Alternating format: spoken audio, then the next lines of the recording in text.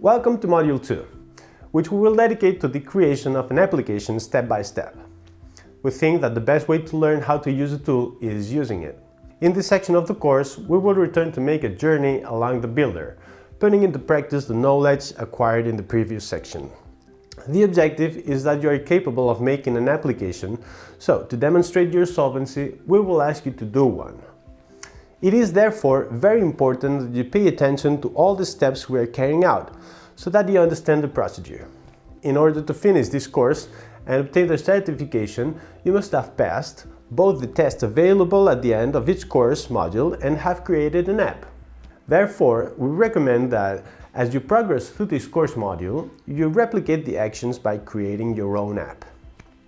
You will start by choosing a basic template, add and configure your own modules and services, apply navigation functions through a menu, and finally adapt styles aspects to your needs.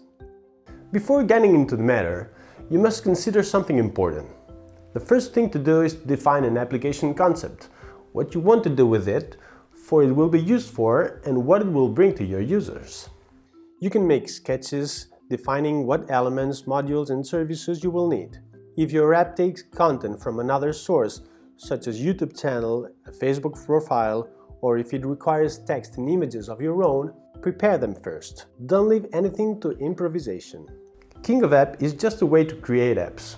You determine which elements will make it up. If you have already devised an application concept, go ahead. Try to take advantage of the knowledge you'll acquire here to develop the app.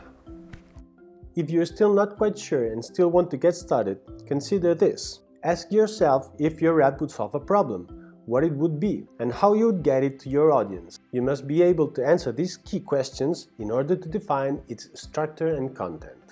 Consider that your app should be attractive to the user, but above all, it should be useful for them to adopt the recurrent use, that they will open it often. When you have your application idea ready and you have sketched it out, you can move on to the next chapter.